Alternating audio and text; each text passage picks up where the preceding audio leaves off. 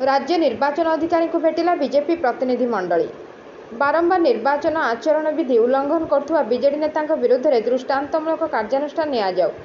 गोलोक महापात्र विधायक सुधीर सामल प्रार्थी होई साइकेल बांटुथिबारु तांकु गिरफ करा जाऊ। सरकारी अफिसर होई शासक दलर कार्य करुथिबारु सरस्वती नायकंकु पदवीरु बहिष्कार करा जाऊ। साधारण निर्वाचन को अबाध निरपेक्ष करने पर राज्य मुख्य निर्वाचन अधिकारी यार तदंत कर दृढ़ पदक्षेप नियंतु। बीजेडी प्रति ओडिशावासी विमुख होउचंती। आगामी साधारण निर्वाचन में बीजेडी को कई भोट देवेनी एवं गादीच्युत करेंगे बोली स्पष्ट हो गलेनी। मुख्यमंत्री नवीन पट्टनायक पुणी थरे सरकारी अधिकारी और जनता को प्रलोभन देखाई शासन को आसवा चेष्टा चलाई। दीर्घ 24 वर्ष धरी शासन में थिबा सत्वे ओडिशावासी समस्यार समाधान करिबारे विफल होइतिबा मुख्यमंत्री एवं तांको दलर नेता माने निर्वाचन आचरण विधि उल्लंघन भली बेआईन कार्य करने को पछघुंचा देउना। निर्वाचन समय जनता को बारंबार प्रलोभन देखाइबार वीडियो एवं फोटो गणमाध्यम में दृष्टिगोचर होइतिले बीजेडी से निवृत्त होई नाही। ओडिशार लोके बीजेडी उपरे भरोसा तुटाइछंती। ओडिशावासी बीजेडी मिथ्या कथा को हृदयंगम कर सारे। एथिलागि बीजेडी को निर्वाचन हारिबा भय घारिछि। बीजेडी क्षमता लोभरे बारंबार आचरण विधि उल्लंघन करुछि। बीजेडी दुर्बल हो साराणी।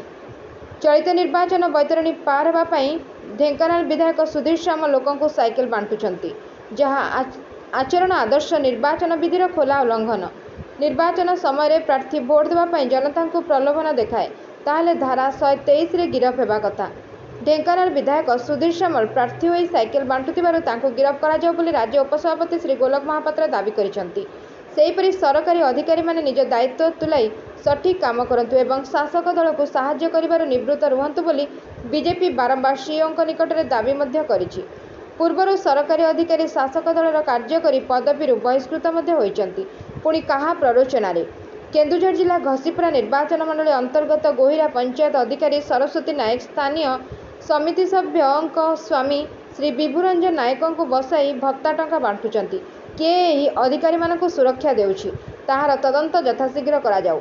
सरकारी अफिसर होई शासक दलर कार्य करुथिबारु सरस्वती को पदवीरु बहिष्कार करा जाऊ बोली श्री महापात्र दाबी करिसंती।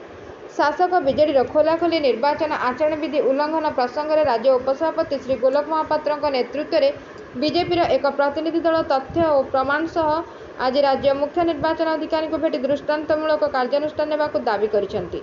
साधारण निर्वाचन को अबाध निरपेक्ष करने राज्य मुख्य निर्वाचन अधिकारी यार तदंत कर दृढ़ पदक्षेप नियंतु बोली श्री महापात्र दाबी करिसंती। एही प्रतिनिधि मंडली राज्य निर्वाचन सेल संयोजक जयंत जेना, कृषक मोर्चा कोषाध्यक्ष विश्वजित स्वाई, महिला मोर्चा सभापति रंजिता सेठी, इतिश्री जेना प्रमुख उपस्थित थे। Bureau report 51 news agency.